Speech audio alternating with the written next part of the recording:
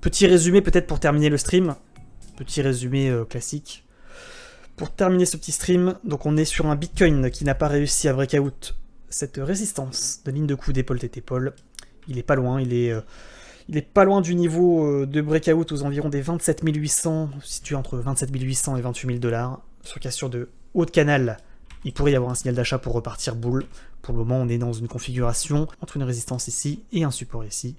Support qui est un bon niveau pour tenter des buys, des longues, pour tenter ensuite la cassure du canal par le haut. Au niveau de l'agenda économique, le 29 ça sera férié, le 30 on aura l'indice de confiance des consommateurs qui va tomber, c'est pas forcément très important. Par contre le 31, nouvelle offre d'emploi, rapport Joltes, en général ça bouge. 1er juin, des petits indices qui vont tomber également, rien de très intéressant, et le 2 juin également. Au niveau du Nasdaq, on clôture sur une semaine assez boule, avec une cassure de résistance, un breakout de haut de résistance. Il va chercher ses trendline de résistance suivantes. Peut-être qu'on pourrait aller chercher pour la fin de mois les 15 000 points. Au niveau du S&P, pas encore de cassure de résistance, pas de breakout de résistance ascendante. Néanmoins, là, le mois n'est pas encore terminé. Peut-être que la semaine prochaine, on aura un beau rallye parce qu'on clôture la semaine quand même sur une force acheteuse pour clôturer sur la résistance ascendante. Alors que le Nasdaq, lui, a déjà confirmé la cassure de sa résistance ascendante. Et puis après, sur les crypto-pépites, top crypto-pépites, je mets Zcash en premier, top 1 en vue hebdo. Tentative de cassure de résistance descendante. On est sur support, donc intéressant. Sand, pareil. Rebond sur support descendant. Le GNU assez comprimé en vue hebdomadaire. Pas très loin du niveau de breakout avec un magnifique triangle ascendant. À 123 $, maintenant il vaut mieux l'acheter, je pense, aux environs des 112.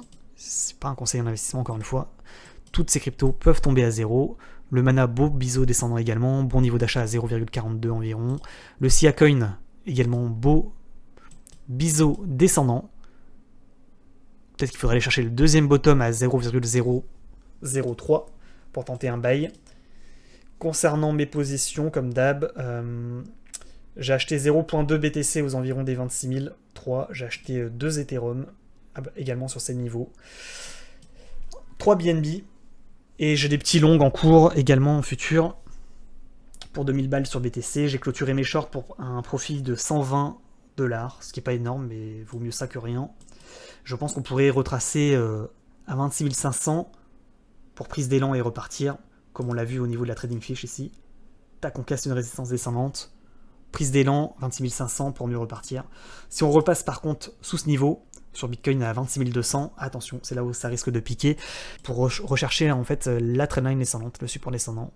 Et bon niveau du coup pour tenter un buy the dip aux environs des 25 700, 25 800. Suivez les flèches, tout simplement. Donc les amis, c'était un petit replay, comme d'habitude, de live Twitch. J'ai vu que ça vous a plu dans la dernière vidéo YouTube. Donc je vais compléter effectivement ce que j'ai dit lors du stream de ce dimanche midi, avec différentes infos. Un petit résumé. À partir de mercredi 16h, on aura le rapport Joltes, les nouvelles offres d'emploi aux États-Unis. Vous le savez, ça peut faire bouger les cours. Ça, c'est un élément important. Deuxième élément important, le Nasdaq va clôturer le mois sur un beau chandelier haussier, marque un breakout de résistance. Donc ça, c'est plutôt également intéressant et encourageant. Néanmoins, le S&P n'a pas encore tout à fait confirmé. Et le dollar ne s'est pas encore fait rejeter sur résistance descendante. Donc il faut quand même rester malgré tout prudent. Troisième point sur le Bitcoin. Vous voyez au niveau de la MM100, rebond sur la MM100, bon niveau d'achat. Rebond sur la MM100.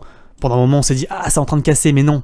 Cassure, on essaie de repasser au-dessus pour repartir. C'est également un élément intéressant. Également un petit support ascendant dont j'ai oublié de vous parler lors de ce stream. Vous voyez que c'est un point intéressant. Si on devait se faire rejeter, retomber aux environs des 26 500, ça pourrait être également un point pour aller chercher un deuxième bottom pour retenter la cassure de résistance. Et ce qu'on retient actuellement sur le Bitcoin, c'est quoi? C'est que tant qu'on n'a pas réussi à casser ce canal par le haut et ce niveau des 27 800, il n'y a pas de breakout haussier et potentiellement de reprise de hausse. Néanmoins, on marque quand même un rebond sur MM100, on marque un rebond sur support descendant, on marque un manque de force vendeuse, on marque une petite hausse qui n'est pas négligeable, d'environ 5%, et par conséquent, pour le moment, les acheteurs commencent à reprendre la main.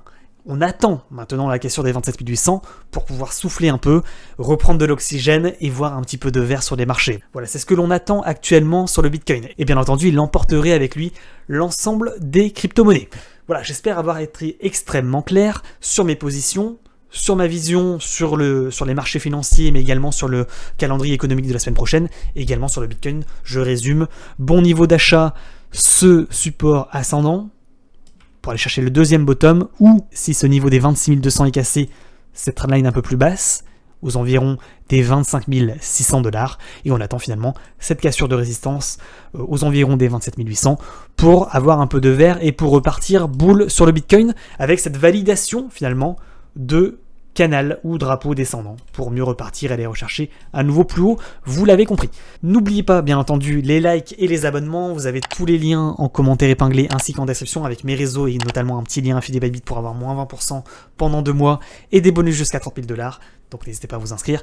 C'est tout pour moi. Excellent dimanche à tous, excellent lundi également pour ceux qui ont un petit jour férié et je vous dis à très bientôt sur YouTube et sur Twitch. Ciao ciao.